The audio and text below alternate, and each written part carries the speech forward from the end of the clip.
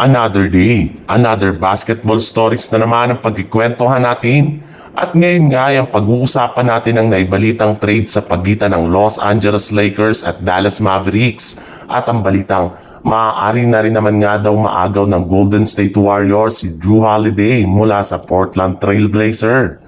Ikinumpirma na nga ng mga bagong may-ari ng Los Angeles Lakers na si Mark Walter na plano na nga niyang i-expand ang kanilang front office ngayong off-season at sinisigurado nga po niya na maraming bagay siyang paggagastusan ng pera katulad na lang ng pagsasaayos ng kanilang scouting, analytics department, pag-hire ng magagaling na medical at training staff, at higit sa lahat ang pagbuo ng isang bago at mas malakas na lineup na siyang magbibigay sa kanila ng mas malaking tsansa na makakuha ng kampyonato next year.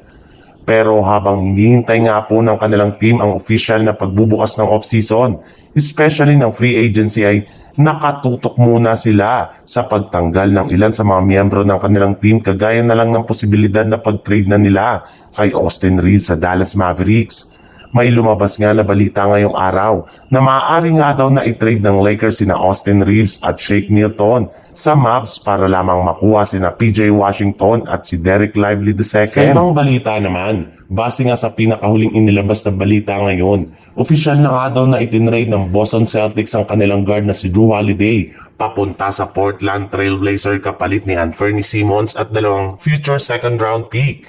Sa ganyang paraan nga, ay makakatipid na ang Boston Celtics ng bayarin para sa next season habang ang Blazer naman ay magkakaroon ulit ito ng bagong veterano na tutulong sa kanilang mga batang players sa mga susunod na taon para tuluyan na silang maging competitive. Ngunit base nga sa kalalabas pa lang na balita ngayong araw, wala rin naman nga daw pong balak ang Blazer na panatilihin si Holiday sa kanilang lineup. Ibig sabihin, iti-trade ulit nila ito sa ibang koponan ngayong off-season para makakuha ng bagong draft pick. Hindi rin naman nga sila mahihirapan na gawin ito since marami rin naman ngang team na interesado kay Jrue Holiday at interesado sa kanyang serbisyo at willing magsakripisyo para makuha lamang ngayong off-season. At isa nga sa mga team na posible na makakuha sa kanya ngayon ay ang Golden State Warriors na nangangailangan ngayon ng isang legit na defensive guard na aalalay kay Stephen Curry sa kanilang backcourt para maging mas competitive sila sa kanilang magiging kampanya.